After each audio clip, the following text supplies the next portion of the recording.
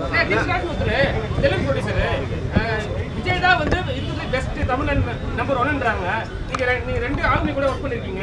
Ajith sir கூட Vijay sir நடிச்சு work பண்ணிருக்கீங்க. நீங்க எப்படி பாக்குறீங்க? எப்பவுமே உங்களுக்கு எம்ஜிஆர், சிவாஜி, ரஜினி, கமல், விஜய், அஜித் அப்போ நம்ம ஈக்குவலாக தான் பார்க்குறோம்.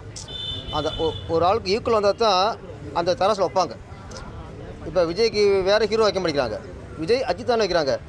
அப்போ தமிழ்நாட்டு மக்கள் வந்து எம்ஜிஆருக்கு ஈக்குவலாக விஜய், சிவாஜி வச்சாங்க, ரஜினிக்கு ஈக்குவலாக கமலை வச்சாங்க. அது மாதிரி இப்போ ஈக்குவலாக நம்ம வச்சுட்டோம். அவர் வந்துட்டு நம்பர் 1 நம்ம சொல்கிறது இங்கே வந்து மோதல் உருவாக்குறது. ஏற்கனவே இந்த ரிலீஸ் ஒரே நேரத்தில் ரிலீஸ் ஆகிறதே மோதலில் இருக்குது. இல்லை இவர் பற்ற வைக்கிறாரு. என்னை பொறுத்த வரைக்கும் ரெண்டும் ஈக்குவல் தான். இதில் ரெண்டு படமும் சமமாக பெரிய வெற்றி அடையணும். இதில் எது அதிகமாக வெற்றி அடையுதோ அந்த படம் நம்பர் 1. ஹீரோ இப்போ பார்க்கக்கூடாது. வாரிசு துணியோட பெரிய வெற்றி அடைஞ்சால் வாரிசு நம்பர் 1, வாரிசோட துணி வெற்றி அடைஞ்சால் துணி நம்பர் 1. படம் தான் நம்பர் 1 ஆகணும்.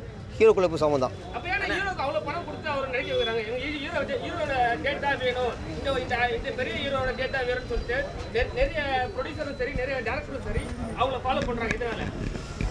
இல்லை இப்போ வந்து ஒரு ஹீரோவுக்கு தகுதிக்கு மீறி பணத்தை கொடுத்து நஷ்டம் அடைய மாட்டாங்க ப்ரொடியூசர்.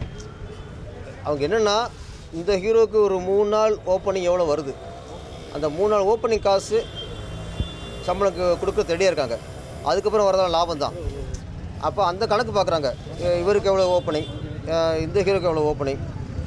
அப்போ அந்த ஓப்பனிங் கணக்கு வச்சு தான் கொடுக்குறாங்க தவிர அவங்க கேட்கல, இவங்களாம் கூட கொடுக்குறாங்க.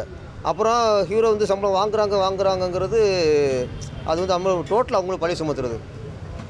ஆட்டோமேட்டிக்காக படங்கள் சரியாக போகாமல் மார்க்கெட்டு குறைஞ்சின்னா இந்த 100 கோடி அப்படி இறங்கிடும்.